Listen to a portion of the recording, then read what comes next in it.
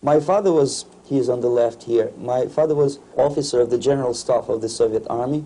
He was inspector of land forces, Soviet troops stationed in countries like Mongolia, Cuba, East European countries.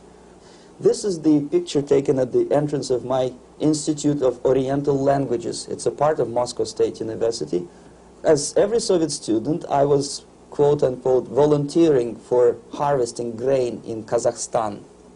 By the end of my training in school, I was recruited by the KGB. This picture was taken on that day, and you can see again how happy it feels to be recruited by the KGB. Pay special attention to number of bottles on the table. One of my functions was to keep foreign guests permanently intoxicated the moment they land at Moscow airport.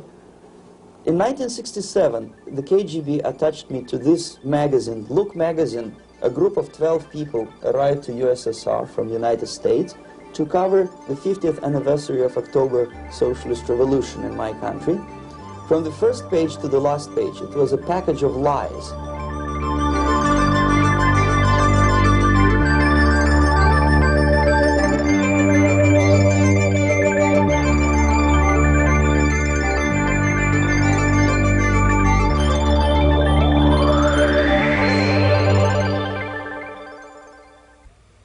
Our conversation is with Mr. Yuri Alexandrovich Bezmenov.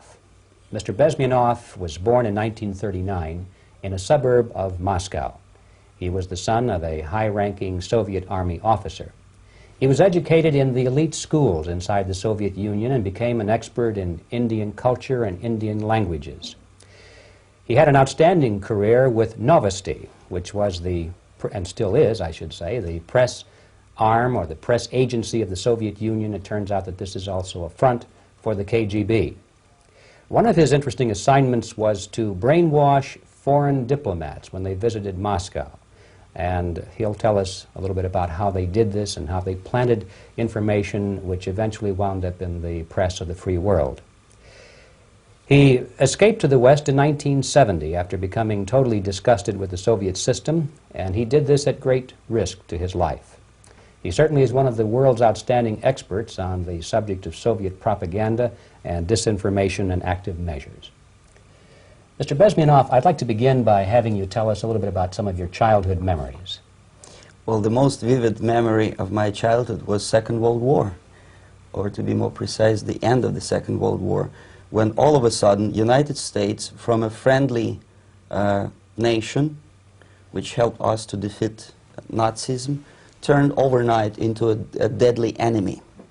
And it was very shocking because all newspapers were trying to present an image of belligerent, aggressive American imperialism. Most of the things that we were taught is that United States is aggressive power, which is just about to invade our beautiful, free, socialist country, that American CIA is dropping Colorado beetles on our beautiful potato fields to eliminate our crops, and each schoolboy had a picture of Colorado bug on the back page of his notebook, and we were instructed to go into collective fields to search for those little Colorado bugs. Of course we couldn't find any, neither we could find many potatoes, and that was explained again by the encroachments of the decadent imperialist power.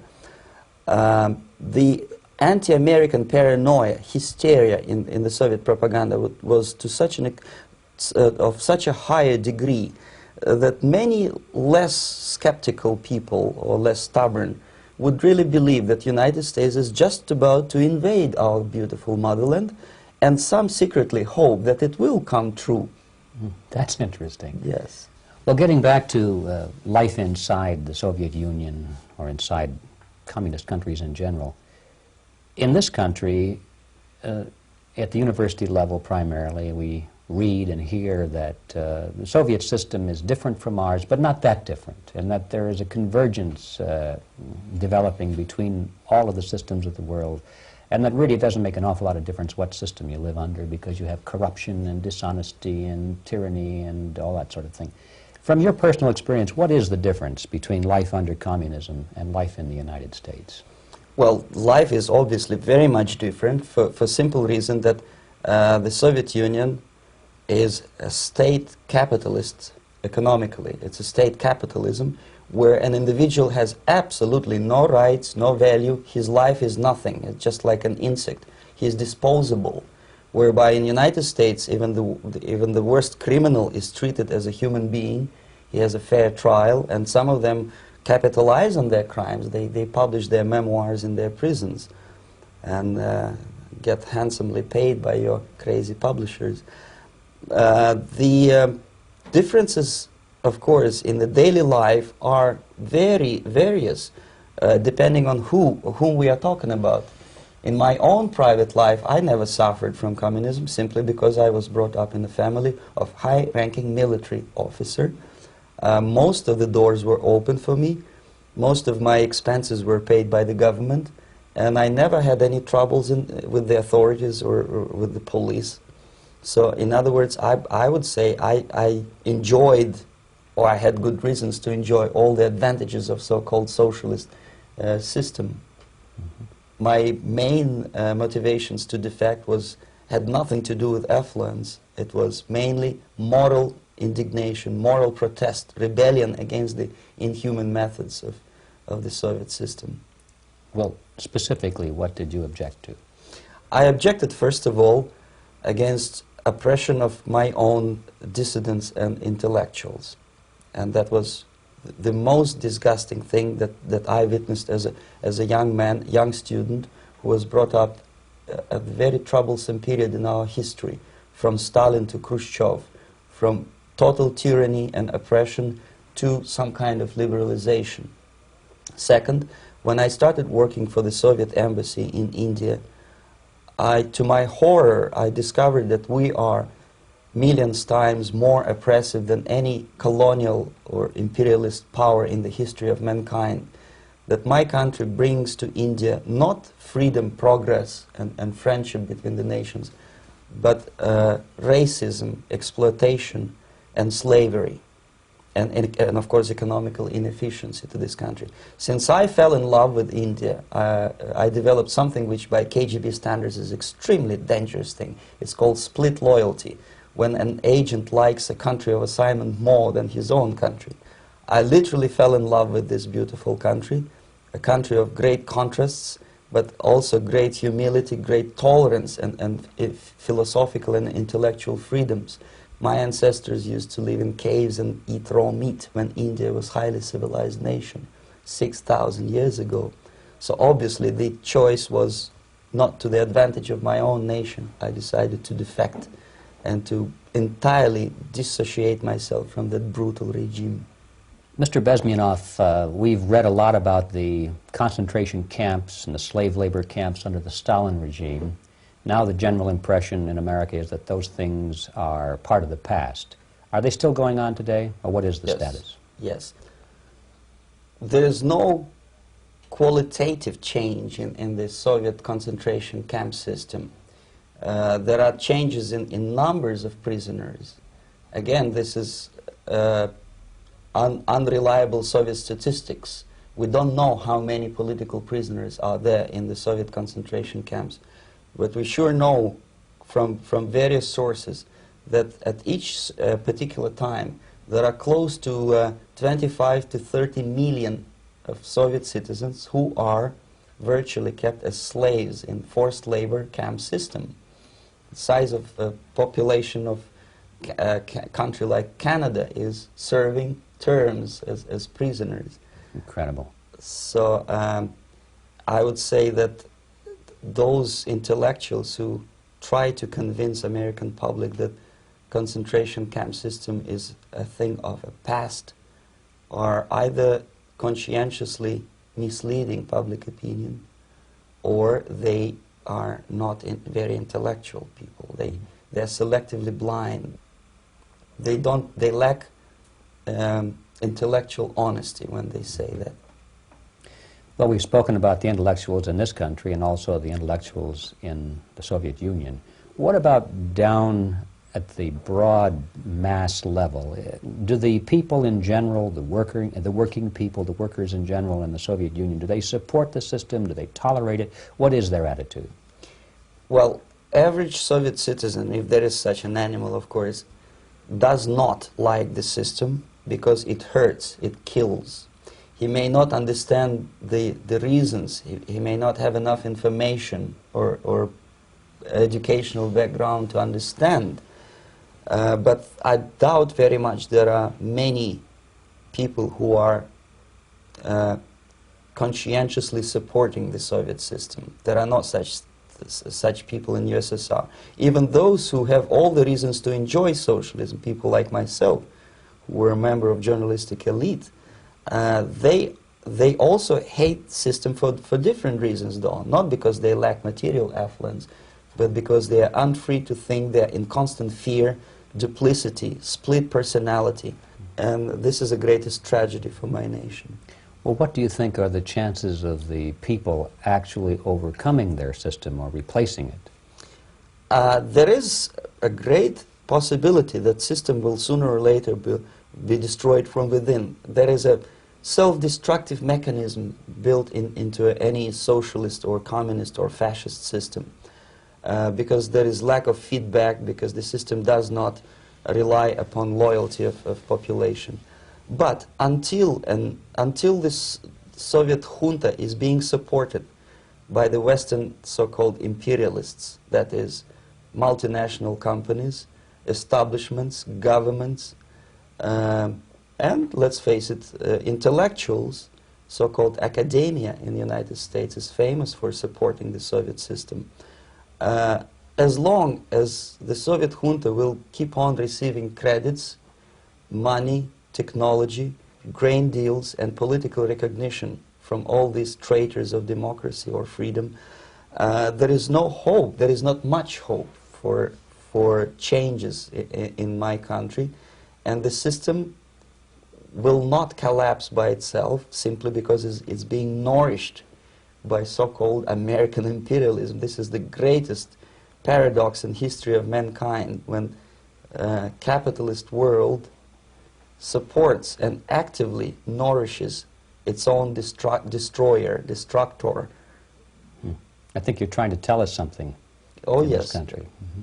I'm trying to tell you that it has to be stopped unless you want to end up in Gulag system and enjoy all the advantages of socialist equality, working for free, catching fleas on your body, sleeping on planks of plywood in Alaska this time, I guess. That's where Americans will belong, unless they will wake up, of course, and force their government to stop aiding Soviet fascism. Well, you told us a moment ago why you left the system. I'd like to hear the details of how you did it. It must have been a very dangerous thing. It was not so dangerous, it was crazy. First of all, because defecting in India is virtually impossible, thanks to very strong pressure from the Soviet government. Excuse me, you were in India on assignment at that time. Yes, I was working for the Soviet embassy in New Delhi as a press officer. Mm-hmm. And defecting for a Soviet diplomat is next to impossible. It's a suicide, as I said, because a great friend Indira Gandhi pushed a law through parliament which says, and I quote, "No defector from any country has a right of political asylum in any embassy on the territory of Indian Republic," which is a masterpiece of hypocrisy. No other defector but a Soviet one needs a political asylum. So, knowing that perfectly well, I planned a craziest possible way to defect. I studied counterculture in India. There were thousands of young American boys and girls with no shoes, long hair, smoking hash and marijuana, studying sometimes Indian philosophy, sometimes simply pretending that they studied. And they greatly annoyed Indian police, and they were laughing stock of Indians because obviously they were good-for-nothing students. I studied carefully where they congregate, what routes they travel, what language they speak, what do they smoke. And one day I simply joined a group of hippies to avoid detection of Indian police. I was dressed as a typical hippie with blue jeans, long kameez shirts, with all kind of nice decorations like beads, long hairs, I bought a wig because for several weeks I had to turn myself from a conservative Soviet diplomat into a very progressive American hippie. And that was the only way that I could avoid detection. It was very interesting experience, but it was necessary because from my own knowledge as a member of Soviet embassy staff, I knew that there were many cases when Soviet defectors were betrayed by Indian police, and also some Western embassies played a very dirty role in betraying the Soviet defectors. According to our information, they were some, I wouldn't call them double agents, but simply amoral people working for this for the United States embassy, and confiding in people like this would be a suicide. So I had to be extremely careful. I could not trust anyone, and that was the reason for such a crazy way to defect. Well, had you been caught in the act of trying to get out, what would have happened to you? Oh, most likely I would end up in concentration camp, or depending on the situation and on the whim of some bureaucrat in KGB, maybe even executed. This is normal practice, quietly, of course, not publicly. But that would be the end of my defection, of course. Well, when did you finally make it to the United States? In 1970, after about 6 months of debriefing in Athens by the CIA, and I presume FBI too, they let me go first to Germany, then to Canada. That was my decision. I had to change my identity to protect my family and my friends in USSR. And also I was a little bit paranoid, knowing that both Soviet KGB and probably some double agents within the American system may be after me. So I wanted to settle down as far away as possible. I requested CIA to give me some kind of new identity and just let me go on my own. And I settled in Canada. I was a student. I changed many professions, from farm help and laundry truck driver to language instructor and broadcaster for Canadian Broadcasting Corporations in Montreal. Well, have you had any threats on your life or any yes. unpleasant In about 5 years, KGB eventually discovered that I am working for Canadian Broadcasting. I made a very big mistake. I started working for overseas service of CBC, which is similar to Voice of America, in Russian language. And of course, monitoring service in USSR picked up every new voice. Every new announcer, they would make it a point to discover who he is. And in 5 years, sure enough, slowly but surely, they discovered that I am not Thomas Schumann, that I am Yuri Alexandrovich Bezmenov, and that I am working for Canadian Broadcasting, and undermining beautiful détente between Canada and USSR. And the Soviet ambassador Alexander Yakovlev made it his personal effort to discredit me. He complained to Pierre Trudeau, who is known to be a little bit soft on socialism. And the management of CBC behaved in a very strange, cowardly way, unbecoming to representatives of an independent country like Canada. They listened to every suggestion that Soviet ambassador gave, and they started shameful investigation, analyzing content of my broadcasts to USSR. And sure enough, they discovered that some of my statements were probably would be offending to the Soviet Politburo. So I had to leave my job. And of course, subtle intimidations. They would say something like, please cross the street carefully because, you know, traffic is very heavy in Quebec. And fortunately, I know about the psychology and the logic of activity of the KGB, and I never allowed myself to be intimidated. This is the worst thing. This is what they expect a person, a defector, to be intimidated. Once they spot that you are scared, they keep on developing that line And then eventually you either have to give up entirely and work for them, or they neutralize you. They would definitely stop all kind of political activity, which they failed to do in my case, because I was stubbornly working for the Canadian Broadcasting.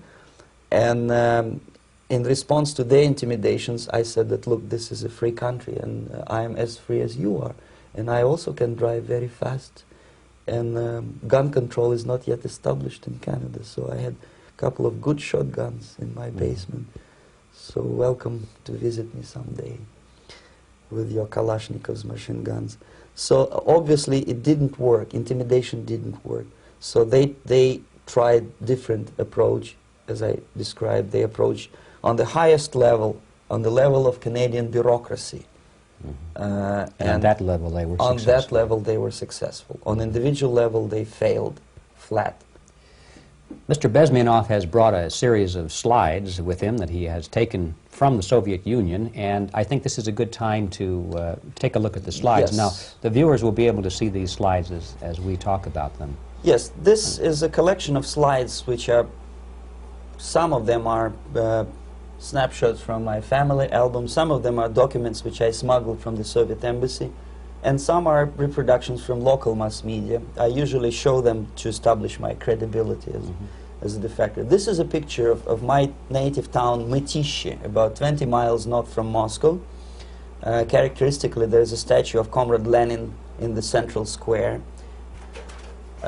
This is myself at the age of 7, again, characteristically, under the statue of Comrade Stalin, extending his friendly hand to peoples of the world. At that age, of course, I was still idealistically minded young communist, and I still believe that sooner or later things will go for better.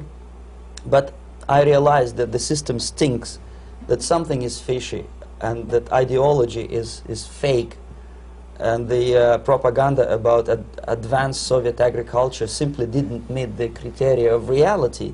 If they talk about abundance of food and there is none in the stores, there must be something wrong. My father was, he's on the left here, my father was officer of the General Staff of the Soviet Army. He was inspector of land forces, Soviet troops stationed in countries like Mongolia, Cuba, East European countries. Were he alive today, most likely he would be inspecting Soviet troops in Nicaragua, Angola, and many other parts of the world. Fortunately, he died and he didn't see the disgrace, because deep inside he was a Russian patriot. He didn't like the idea of expanding Soviet military might, especially in the areas where we were not welcomed at all. Unlike many other military officers, he was reporting directly to the Minister of Defense, bypassing KGB and diplomatic service. In other words, he was a trusted military professional. And my impression that this type of people are much less hawkish and adventuristic than party bureaucrats in Kremlin. When American mass media describes Soviet military as potentially dangerous counterpart for Pentagon, I simply laugh, because I know better. I know that the most dangerous part of the Soviet power structures are not military at all. Most likely, if they come to power in my country, they'll be more sensible negotiators for nuclear disarmament and withdrawal of the Soviet troops from many parts of the world. But if someone from the party structure or the KGB structure were to give the orders for a military they have to obey, they would follow, because they are professional military. But they, you see, the triangle of power and hate in USSR is the party at the top, the party elite, the oligarchy of the party, then the military and the KGB at the bottom. They hate each other, and the most hated triangle, the most hated corner of the triangle is the Communist Party bureaucrats. They are the most adventuristic, senile megalomaniacs. They can start war, I wouldn't be surprised. Not the military. They know what war is. Yes. At least my father did. This is the picture taken at the entrance of my Institute of Oriental Languages. It's a part of Moscow State University. I graduated in 1963. And now, excuse me, which one were you on? I am on the right. You're on the right. And on the left is my my schoolmate Vadim Smirnov, who later was a apparatchik in the Central Committee of the Soviet Union Communist Party. What is an apparatchik? It's a functionary, something like civil service in British Empire. Someone who is never fired from the service. He stays there internally. He may not be promoted too high, but he's a dependable bureaucrat who will stay forever. I studied not only languages, but also history, literature, even music. I'm on this picture, I'm trying to learn how to play Indian musical instrument. I even tried to look like an Indian when I was second-year student. Not bad, right? Yes, actually it was strongly encouraged by the instructors in my school, because the graduates of my school were later on employed as diplomats, foreign journalists, or spies. As every Soviet student, I was quote-unquote volunteering for harvesting grain in Kazakhstan. This is a biggest agricultural blunder of the Soviet government. But I didn't have much choice, of course, because the communist motto borrowed from the Bible says, "Those who do not work shall not eat." And you can see me eating, therefore I was working, and you can see how happy I was about it. I went through a very extensive physical and military training, including the military games in areas, suburban areas of Moscow. And here, for example, we are on a tour in Arkhangelsk area. And by the end of my training in school, I was recruited by the KGB. This picture was taken on that day, and you can see again how happy it feels to be recruited by the KGB. Our conversation with Yuri Alexandrovich Bezmenov, who is a defector from the Soviet Union, a former propaganda agent for Novosti and the KGB, will continue after this message.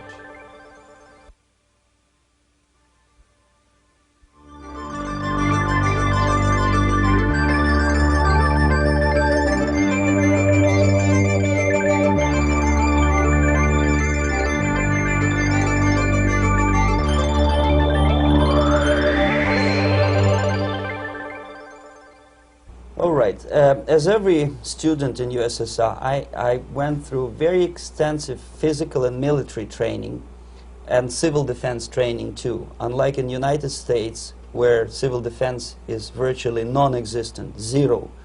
In USSR, every student, whatever his major subject, has to go through very extensive 4-year military and civil defense training.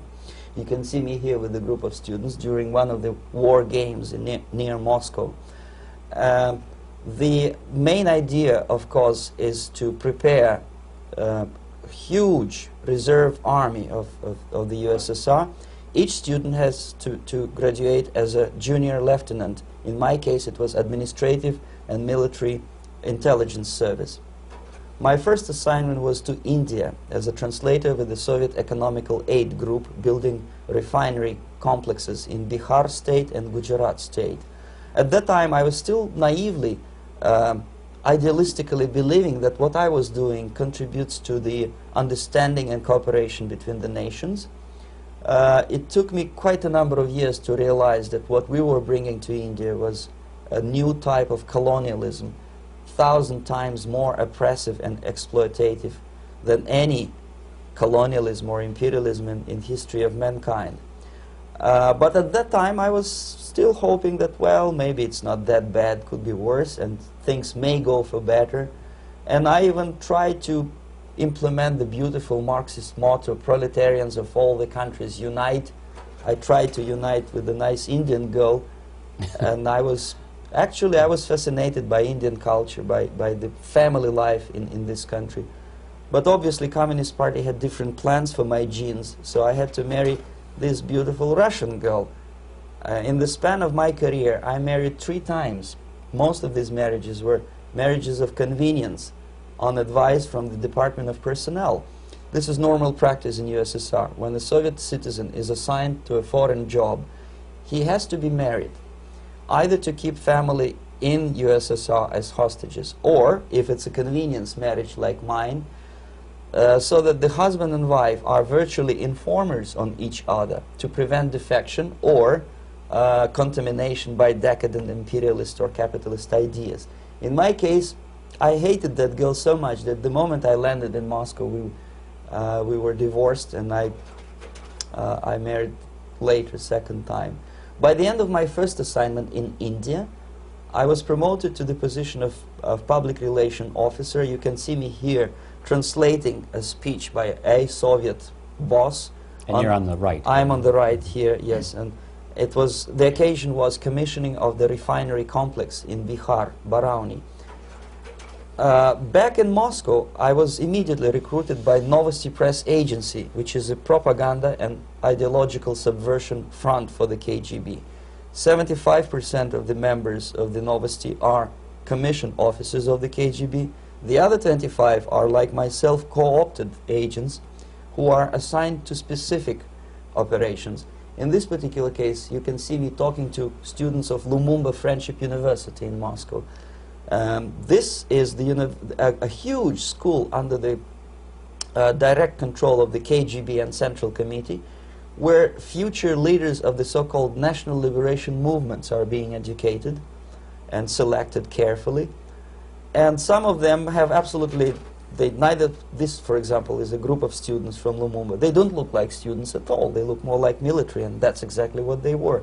They were dispatched back to their countries to be leaders of the so-called national liberation movements, or to be translated into normal human language, leaders of international terrorist groups. Another area of activity when I was working for the Novosti was to accompany groups of so-called progressive intellectuals, writers, journalists, publishers, teachers, professors of colleges. You can see me here in Kremlin. I'm second on the left, with a group of Pakistani and Indian intellectuals. Most of them pretended they don't understand that we are actually working on behalf of the Soviet government and the KGB.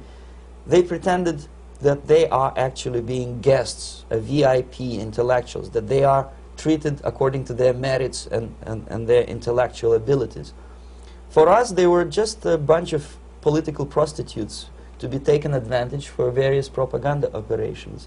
Therefore, you can see perfectly well the senior colleague of mine on the left doesn't really have that much respect on his face, and myself with a very skeptical smile, typical KGB sarcastic smile, anticipating another victim of ideological brainwashing. This is how a typical conference in Novosti headquarters in Moscow looked like. Sitting in the middle is Boris Burkov, the then director of Novosti Press Agency, high-ranking party bureaucrat in the Department of Propaganda. I am standing next to a famous Indian poet, Sumitranandan Pant. He was famous because he was an author. He was the author of a famous poem titled Rhapsody to Lenin. That's why he was invited to USSR, and everything was paid by the Soviet government. Pay special attention to number of bottles on the table. This is one of the ways to kill the awareness or curiosity of foreign journalists. One of my functions was to keep foreign guests permanently intoxicated the moment they land at Moscow airport.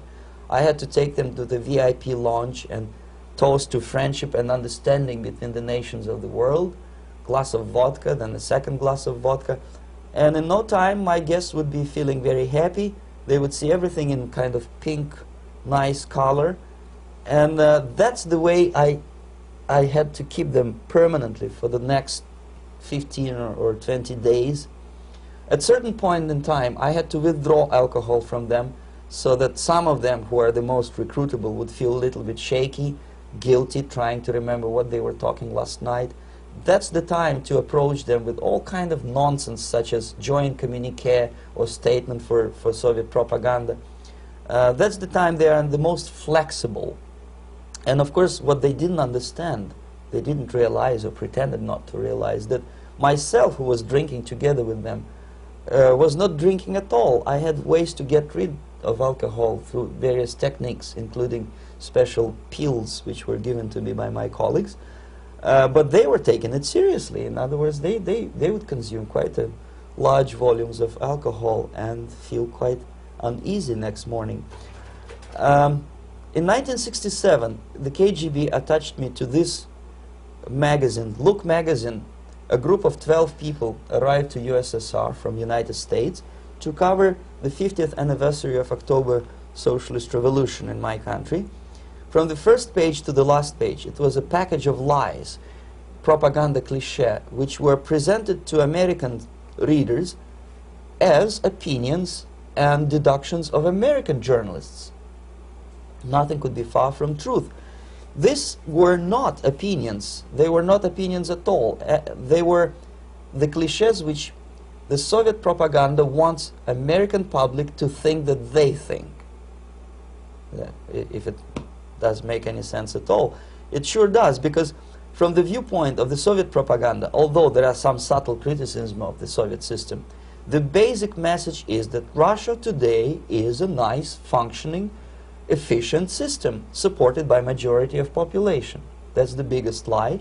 And of course, American intellectuals and journalists from Look magazine elaborated on that untruth in various different ways. They intellectualized that lie. They found all kinds of justifications for telling lies to American public. Excuse me, it was partly your job to make sure that they got these ideas, yes, and accepted them as their own ideas. Right. Actually, even before they arrived to USSR, and they paid astronomical sum of money for that visit, they were submitted, this Novosti Press agency developed so-called backgrounders, 20-25 pages of information and opinions which were presented to the journalists even before they bought their tickets to Moscow. They had to analyze the situation, and judging on their reaction to that backgrounder, the local Novosti representative or local Soviet diplomat in Washington, D.C. would assess whether they be given visa to USSR or not. So but they were selected ahead of time. Yes, they were pre-selected very carefully, and there is not much chance for honest journalists to arrive to USSR and to stay there for 1 year and to bring this package of lies back home. This, for example, is a centerfold of the Look magazine. They presented this monument erected by Communist Party in Stalingrad as the symbol, personification of Russian military might. And they said in the article, which is published on the site, that Soviets are very proud of the victory in the Second World War. This is another big myth, a lie. No sensible people would be proud to lose 20 millions of their countrymen in a war which was started by Genoese Hitler and Comrade Stalin and paid by American multinationals. Most of the Soviet citizens look at this type of monuments with disgust and sorrow, because every family lost father, brother, sister, or child in the Second World War.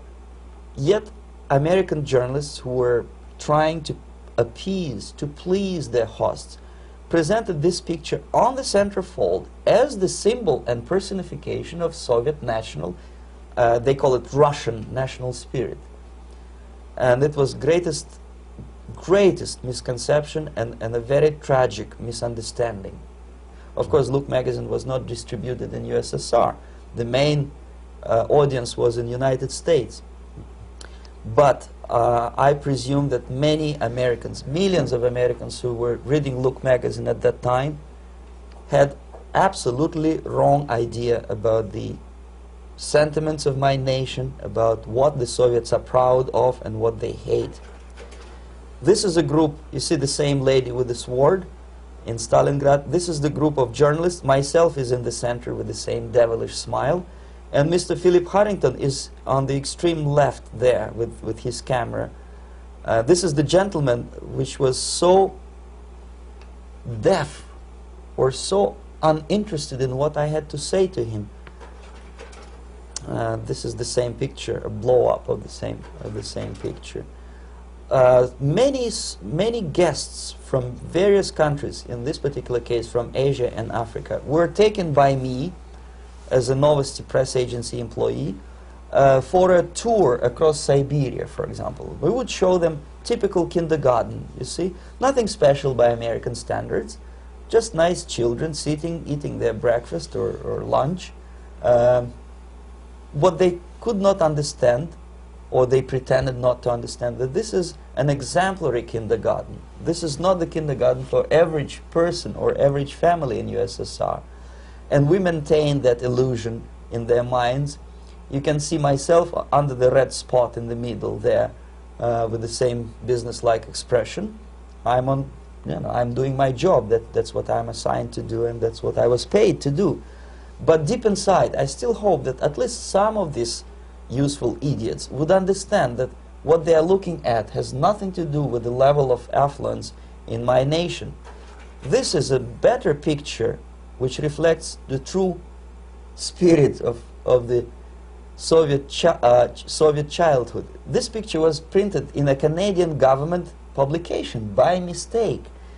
In the middle you can see children playing on a small courtyard, and the caption goes, "This is a typical kindergarten in Siberia."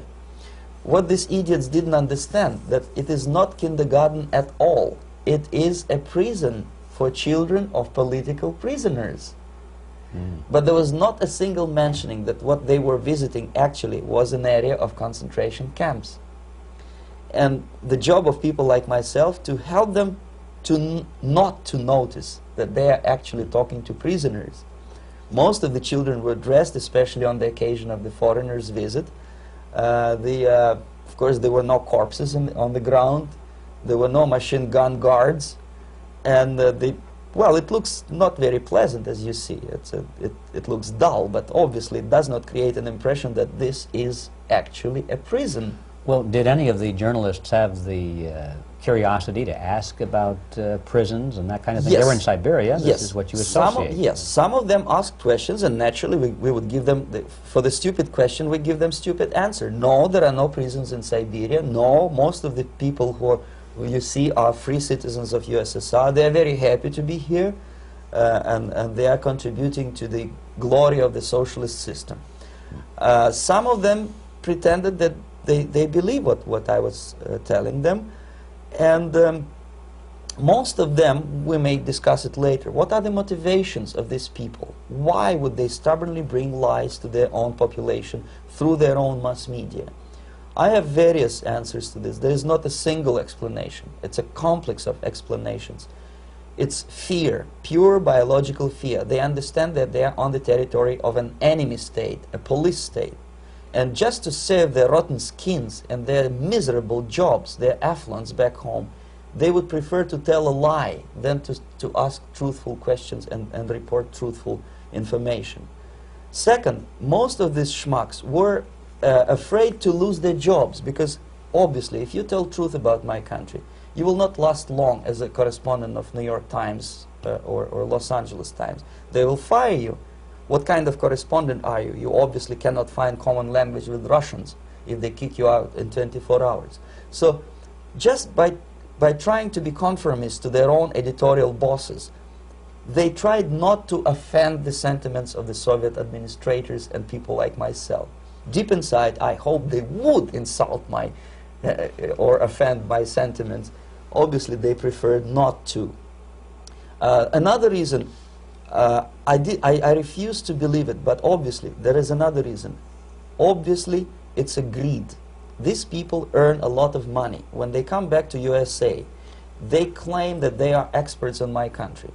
They write books which sells in million copies, titled like Russians, The Truth About Russia. Most of it is lie about Russia. Yet they claim to be Sovietologists. They play back myth about my country, the propaganda cliches. Yet they stubbornly resist the word of truth. If a person like Solzhenitsyn is either defecting or kicked out of USSR, they try all their best to discredit him and to discourage him. I don't have much chance to appear on national network with a true story about my country. But a useful idiot like Hendrik Smith or Robert Kaiser, they are big heroes. They come back from USSR, they say, oh, we were talking to dissidents in Russia. Big deal. Soviet dissidents are chasing American correspondents in the streets, and they are cowardly escaping from these contacts. For some strange reason, if you want to know more about Spain, you refer to Spanish writers. If you want to learn more about French, you read French writers. Even about Antarctica, I bet you would read Penguins. Only about the Soviet Union, for some strange reason, you read Hendricks and Schmendricks and all kind of Kissingers, because they claim that they know more about my country. They know nothing, or next to nothing, or they pretend that they know more than they actually do. I would say they are dishonest people who lack integrity and common sense and intellectual honesty. They bring back all kind of stories like that. A kindergarten in Siberia. Omitting the most important fact, it's a prison for children of political prisoners. Another greatest example of monumental idiocy of American politicians. Edward Kennedy was in Moscow, and he thought that he is a popular, charismatic American politician who is easygoing, who can smile, dance at the wedding in Russian Palace of Marriages. What he did not understand, or maybe he pretended not to understand, that actually he was being taken for a ride. This is a staged wedding, especially to impress foreign media, or useful idiots like Ed Kennedy. Most of the guests there, they had security clearance, and they were instructed what to say to foreigners. This is exactly what I was doing. You can see me in the same damn wedding palace in Moscow where Ed Kennedy was dancing here. You see, smiling. He thinks he's very smart. From the viewpoint of Russian citizens who observe this idiocy, he's narrow-minded, egocentrical idiot who tries to earn his own popularity through participation in propaganda farces like this. Here you can see myself. On the right, again, exemplary Soviet bride. On the left, 3 journalists from various countries, Asia, Africa, and Latin America. Obviously, they enjoying the situation. They will go back home and write the reports. We were present on a regular Soviet wedding. They were not present on a regular Soviet wedding. They were present, they were parts of a farce, of a circus performance. Another thing which I had to, sometimes risking my life, to explain to foreigners. Time magazine, for example, is very critical of South African racist regime. The whole article was dedicated to the shameful internal passport system where blacks are not allowing to live with whites. For some strange reason, for the last 14 years since my defection, nobody wanted to pay attention to my passport. This is my passport. It also shows my nationality, and it has a police rubber stamp, which is called propiska in Russian language, which assigns me to a certain area of residence. I cannot leave that area, same way as this black man cannot leave the area in South Africa. Yet we call South African government racist regime. Not a single Jane Schmonda or Fonda is brave enough, courageous enough to come to media and say, look, this is what happens in USSR. I send a copy of my passport to many American liberals and civil rights defenders and all the other useful idiots. They never bothered to answer me back. This shows what kind of integrity, what kind of honesty these people are. They're a bunch of hypocrites because they don't want to recognize a good example of racism in my country. This is the first stage of befriending a professor. You can see myself on the left with the same James Bond smile. On the right is my KGB supervisor, Comrade Leonid Mitrokhin, and in the middle a professor of political science in Delhi University. The next stage would be to invite him to a gathering of Indo-Soviet Friendship Society. There he is sitting next to his wife before he is being sent to USSR for free trip.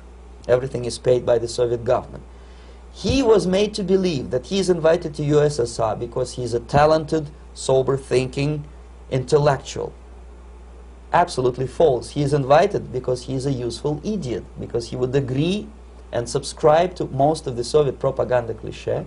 And when he is coming back to his own country, he is going for years and years to teach the beauties of Soviet socialism to newer and newer generations of his students, thus promoting the Soviet propaganda line.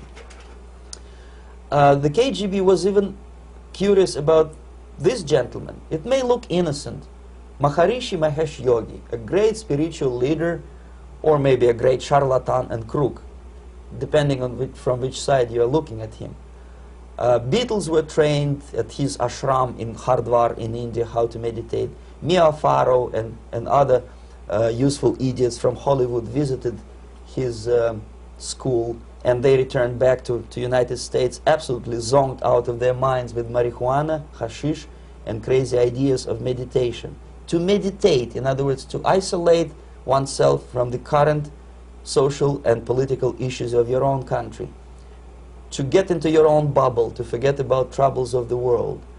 Obviously, KGB was very fascinated with such a beautiful school, such a brainwashing center for stupid Americans. I was dispatched by the KGB to check what kind of VIP Americans attend this school. That's you on the left. Yes, I'm on the left.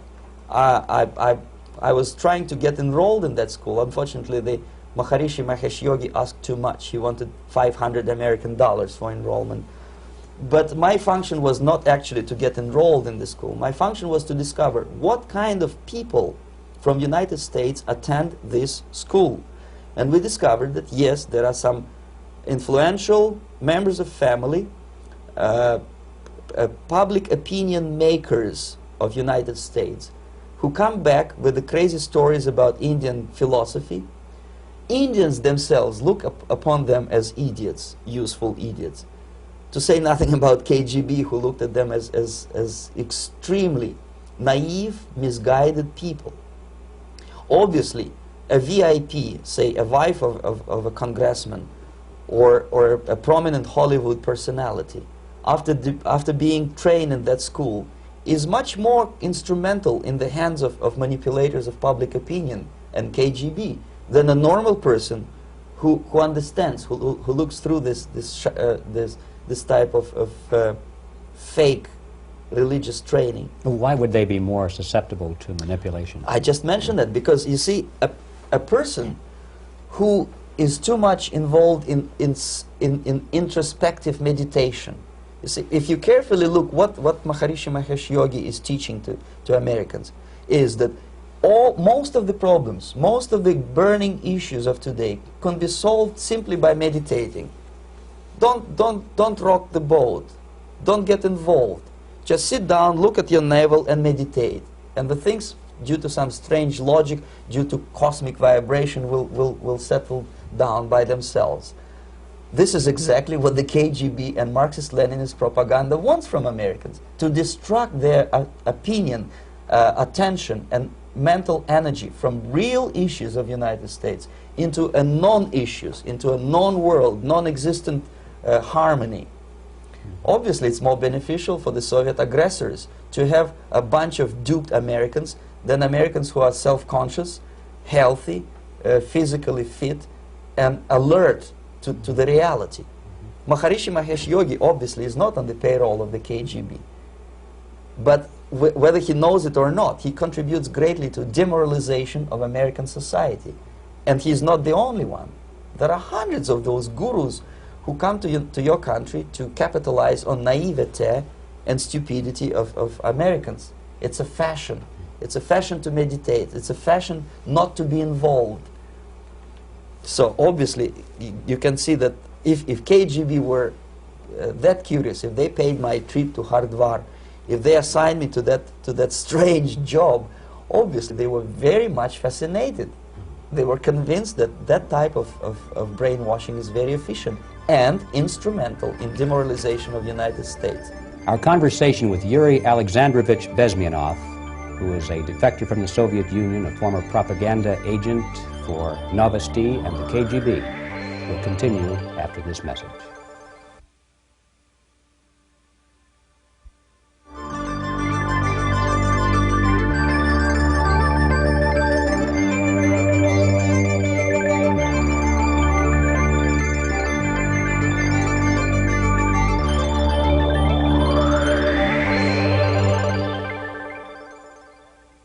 This picture shows the part of the building of USSR embassy, and my supervisors. On the left is Comrade Mehdi, an Indian communist, and on the right, Comrade Mitrokhin, my supervisors in the secret department of research and counter-propaganda.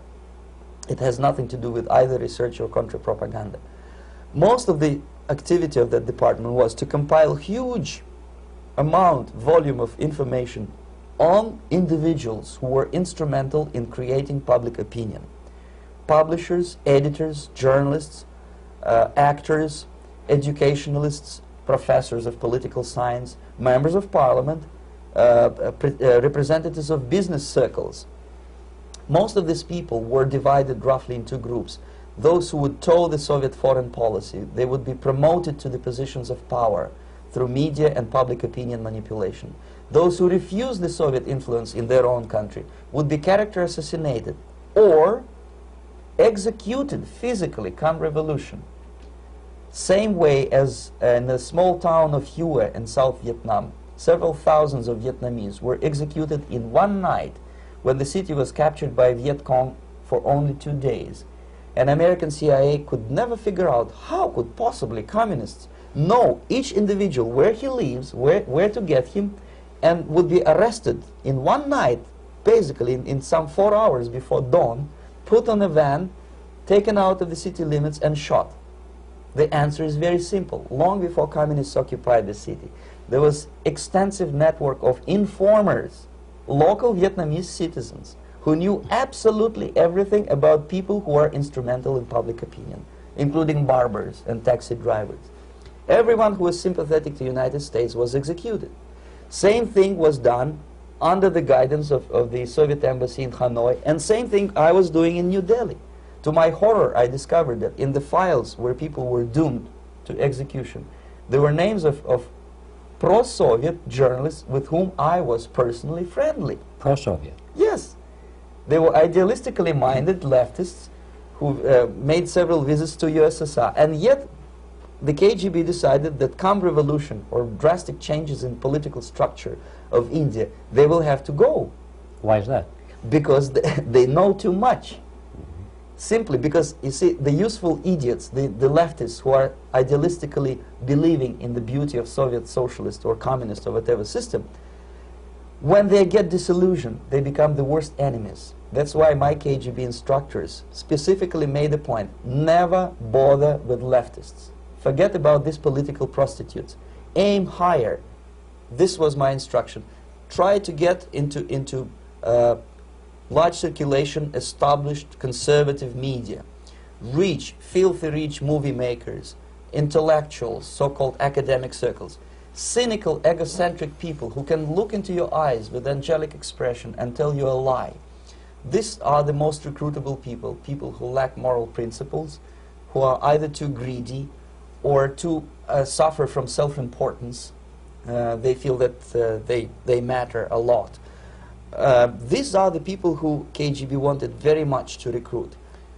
But to eliminate the others, to execute the others, don't they serve some purpose? Wouldn't they be the ones they rely on? They serve purpose only at the stage of destabilization of a nation. For example, your leftists in United States, all these professors and all these beautiful civil rights defenders, they are instrumental in the process of the subversion only to destabilize the nation. When their job is completed, they are not needed anymore. They know too much. Some of them, when they get disillusioned, when they see that Marxist-Leninists come to power, obviously they get offended. They think that they will come to power. That will never happen, of course. They will be lined up against the wall and shot. But they may turn into the most bitter enemies of Marxist-Leninists when they come to power. And that's what happened in Nicaragua. You remember most of these former Marxist-Leninists were either put to prison or one of them split, and now he's working against Sandinistas. It happened in Grenada when Maurice Bishop was already a Marxist. He was executed by a new Marxist who was more Marxist than this Marxist. Same happened in Afghanistan when first there was Taraki, he was killed by Amin, then Amin was killed by Babrak Karmal with the help of KGB. Same happened in Bangladesh when Mujibur Rahman, very pro-Soviet leftist, was assassinated by his own Marxist-Leninist military comrades. It's the same pattern everywhere. The moment they serve their purpose, all the useful idiots are either be executed entirely, all the idealistically minded Marxists, or exiled or put in prisons, like in Cuba. Many former Marxists are in Cuba, in prison. So most of the Indians who were cooperating with the Soviets, especially with our Department of Information of the USSR Embassy, were listed for execution.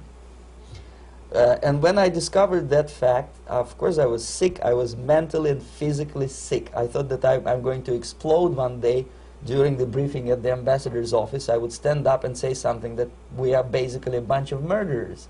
That's what we are. It has nothing to do with friendship and understanding between the nation and blah, blah, blah. We are murderers. We behave as a bunch of thugs in a country which is hospitable to us, a country which with ancient traditions. But I did not defect. I tried to get the message across. To my horror, nobody wanted even to listen, least of all to believe what I had to say. And I tried all kinds of tricks. I would leak information through letters or lost documents or something like that. And still I got no message. The message was not published, even in the conservative mass media of India. The immediate impulse to defect was Bangladesh crisis, which was described by American correspondents as Islamic grassroots revolution, which is absolute baloney. There was nothing to do with Islam, and there was no grassroots revolution. Actually, there are no grassroots revolutions, period. Any revolution is a byproduct of a highly organized group of conscientious and professional organizers, but has nothing to do with grassroots. In Bangladesh, it was nothing with grassroots. Most of the Awami League party members, Awami League means People's Party, were trained in Moscow in the High Party School. Most of the Mukti Fauj leaders, Mukti Fauj in Bengali means People's Army, same as SWAPO and all kind of liberation armies all over the world, the same bunch of useful idiots. They were trained at Lumumba University and various centers of the KGB in Simferopol, in Crimea, and in Tashkent. So when I saw that Indian territory is being used as a jumping board to destroy East Pakistan, I saw myself thousands of so-called students traveling through India to East Pakistan, through the territory of India, and Indian government pretended not to see what's going on. They knew perfectly well, the Indian police knew it, the intelligence department of the Indian government knew it, the KGB of course knew it, and the CIA knew it. That was most infuriating, because when I defected and I explained to the CIA debriefers they should watch out because East Pakistan is going to erupt any moment, they said I was reading too many James Bond novels. Anyway, so East Pakistan was doomed. One of my colleagues in the Soviet consulate in Calcutta, when he was dead drunk, he ventured into the basement to relieve himself, and he found big boxes which said printed matter to Dhaka University. Dhaka is the capital of East Pakistan. And since he was drunk and curious, he opened one of the boxes and he discovered not printed matter. He discovered Kalashnikov guns and ammunition in there. Anyway, it's a long story. When I saw the preparations for the invasion into East Pakistan, obviously I wanted to defect immediately. The only thing I couldn't at that time make up my mind when and where and how. One of the reasons, of course, you see, I was in love with India. I mentioned it before. I spoke the languages. I socialized with people. And I understood that I had to act fast unless I want this beautiful country to be permanently and irreparably damaged by our presence. One of the reasons not to defect was, as you can see, I was living in relative affluence. Who the hell in a normal mind would defect and do what? To be abused by your media, to be called McCarthyist and fascist and paranoid, or to drive a taxi in New York City? What for? What the hell for should I defect? To be abused by Americans, to be insulted in exchange for my effort to bring the truthful information about impending danger of subversion. As you can see, I was living in quite a comfortable conditions next to swimming pool, where Indians were not allowed, by the way. I was highly paid expert in propaganda. I had my family. I was respected by my nation. My career was cloudless. The third reason, how to defect with the family. To defect with the baby and the wife would be virtual suicide, because according to law, that hypocritical law which I quoted before, the Indian police will have to hand me over back to the KGB, and that will be the end of my defection and probably my life. Again, I cannot smuggle my wife because she was not quite sure what I was doing. She was not that idealistically involved, and she was definitely not in the total picture of what I was doing for the KGB. She would be shocked if I you know, put her in my van and drive her to the American embassy or elsewhere. That would be a greatest danger. So again, I had to defect in such a way that my defection would look as simple disappearance. And there were many cases like that when the Soviet agents simply disappeared, either killed in action or, thanks to their curiosity and their close contacts with radicals, some of them were killed by the Marxists, by the way. It happened in many African countries when the Soviet KGB were killed by Africans themselves. Not because they hated Marxism-Leninism, but because they were simply trigger-happy bunch of unruly characters. If you give them a machine gun, they will shoot. And some of the Soviets obviously were not careful enough to protect themselves, and they got into embarrassing situations when they were shot at the crossfire between factions of so-called liberation movements. Anyway, so I decided, as I said, to study the counterculture. I decided this probably would be the best way to disappear. I socialized with characters like this. On the left, you see, he's a barefoot American hippie. It took me quite a long time to study exactly what they were doing and how to mix with them. But eventually I did it. Most of Indian newspapers carried my picture and promise of 2,000 rupees for information about my whereabouts. But they were looking for the wrong person, because they obviously tried to stop a young Soviet diplomat in white shirt and tie, and this is how I looked at the time of defection. Nobody could possibly think that a Soviet diplomat would be as crazy as to join a bunch of hippies. That's you. Yes, travel India and smoke hash. So I made it literally almost like a Hollywood-style detective story. From under the nose of the KGB in Bombay airport, I landed the plane and I flew to Greece, where I was debriefed by the CIA. That's basically that's all for my slides. We can turn off the projector, and that's very interesting. Well, you spoke several times before about ideological subversion. That is a phrase that I'm afraid some Americans don't fully understand. When the Soviets use the phrase ideological subversion, what do they mean by it? Ideological subversion is the process which is legitimate, overt, and open. You can see it with your own eyes. All you have to do, all American mass media has to do, is to unplug their bananas from their ears, open up their eyes, and they can see it. There is no mystery. There is nothing to do with espionage. I know that espionage intelligence gathering looks more romantic. It sells more deodorants through the advertising, probably. That's why your Hollywood producers are so crazy about James Bond type of thrillers. But in reality, the main emphasis of the KGB is not in the area of intelligence at all. According to my opinion and opinion of many defectors of my caliber, only about 15% of time, money, and manpower is spent on espionage as such. The other 85% is a slow process which we call either ideological subversion or active measures, активные мероприятия in the language of the KGB, or psychological warfare. What it basically means is to change the perception of reality of every American to such an extent that despite of the abundance of information, no one is able to come to sensible conclusions in the interests of defending themselves, their families, their community, and their country.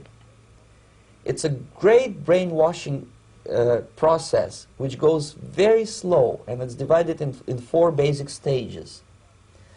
The first one being demoralization. It takes from 15 to 20 years to demoralize a nation. Why that many years? Because this is the minimum number of years which requires to educate one generation of students in the country of your enemy, exposed to the ideology of the enemy. In other words, Marxism-Leninism ideology is being pumped into the soft heads of at least 3 generations of American students without being challenged or counterbalanced by the basic values of Americanism, American patriotism. The result you can see. Most of the people who graduated in the 60s, dropouts or half-baked intellectuals, are now occupying the positions of power in the government, civil service, business, mass media, educational system. You are stuck with them. You cannot get rid of them. They are contaminated. They are programmed to think and react to certain stimuli in a certain pattern. You cannot change their mind, even if you expose them to authentic information, even if you prove that white is white and black is black. You still cannot change the basic perception and the logic of behavior. In other words, these people, the process of demoralization is complete and irreversible. To get rid society of these people, you need another 20 or 15 years to educate a new generation of patriotically minded and common sense people who would be acting in favor and in the interests of United States society. And yet these people who've been programmed and, as you say, in place and Yes. who are favorable to an opening with the Soviet concept, these are the very people who would be marked for extermination in this country? Most of them, yes. Simply because the psychological shock when they will see in future what the beautiful society of equality and social justice means in practice, obviously they will revolt. They will be very unhappy, frustrated people. And the Marxist-Leninist regime does not tolerate these people. Obviously they will join the links of dissenters, dissidents. Yes. Unlike in present United States, there will be no place for dissent in future Marxist-Leninist America. Here you can get popular like Daniel Ellsberg and filthy rich like Jane Fonda for being dissident, for criticizing your Pentagon. In future, these people will be simply squashed like cockroaches. Nobody is going to pay them nothing for their beautiful, noble ideas of equality. This they don't understand, and it will be a greatest shock for them, of course. The demoralization process in the United States is basically completed already. For the last 25 years, actually it's overfulfilled, because demoralization now reaches such areas where previously not even Comrade Andropov and all his experts would even dream of such a tremendous success. Most of it is done by Americans to Americans, thanks to lack of moral standards. As I mentioned before, exposure to true information does not matter anymore. A person who was demoralized is unable to assess true information. The facts tell nothing to him. Even if I shower him with information, with authentic proof, with documents, with pictures, even if I take him by force to the Soviet Union and show him concentration camp, he will refuse to believe it until he is going to receive a kick in his fat bottom. When a military boot crashes his balls, then he will understand, but not before that. That's the tragic of the situation of demoralization. So basically America is stuck with demoralization, and unless, even if you start right now, here, this minute, you start educating new generation of Americans, it will still take you 15 to 20 years to turn the tide of ideological perception of reality back to normalcy and patriotism. The next stage is destabilization. This time, subverter does not care about your ideas and the patterns of your consumption. Whether you eat junk food and get fat and flabby, doesn't matter anymore. This time, and it takes only from 2 to 5 years to destabilize a nation, what matters is essentials: economy, foreign relations, defense systems. And you can see it quite clearly that in some areas, in such sensitive areas as defense and economy, the influence of Marxist-Leninist ideas in the United States is absolutely fantastic. I could never believe it 14 years ago when I landed in this part of the world, that the process will go that fast. The next stage, of course, is crisis. It may take only up to 6 weeks to bring a country to the verge of crisis. You can see it in Central America now. And after crisis, with a violent change of power, structure, and economy, you have so-called the period of normalization. It may last indefinitely. Normalization is a cynical expression borrowed from Soviet propaganda. When the Soviet tanks moved into Czechoslovakia in '68, Comrade Brezhnev said, "Now the situation in brotherly Czechoslovakia is normalized." This is what will happen in the United States if you allow all these schmucks to bring the country to crisis, to promise people all kind of goodies and the paradise on earth, to destabilize your economy, to eliminate the principle of free market competition, and to put a big brother government in Washington, D.C., with benevolent dictators like Walter Mondale, who will promise lots of things, never mind whether the promises are fulfillable or not. He will go to Moscow to kiss the bottoms of new generation of Soviet assassins, never mind. He will create false illusions that the situation is under control. Situation is not under control. Situation is disgustingly out of control. Most of the American politicians, media, and educational system trains another generation of people who think they are living at a peacetime. False. United States is in the state of war, undeclared total war against the basic principles and the foundations of this system. And the initiator of this war is not Comrade Andropov, of course. It's the system. However ridiculous it may sound, the world communist system or the world communist conspiracy, whether I scare some people or not, I don't give a hoot. If you are not scared by now, nothing can scare you. But you don't have to be paranoid about it. What actually happens now, that unlike myself, you have literally several years to live on unless the United States wake up. The time bomb is ticking. With every second, the disaster is coming closer and closer. Unlike myself, you will have nowhere to defect to, unless you want to live in Antarctica with penguins. This is it. This is the last country of freedom and possibility. Okay, so what do we do? What is your recommendation to the American people? Well, the immediate thing that comes to my mind is, of course, there must be a very strong national effort to educate people in the spirit of real patriotism, number one. Number two, to explain them the real danger of socialist, communist, whatever, welfare state, big brother government.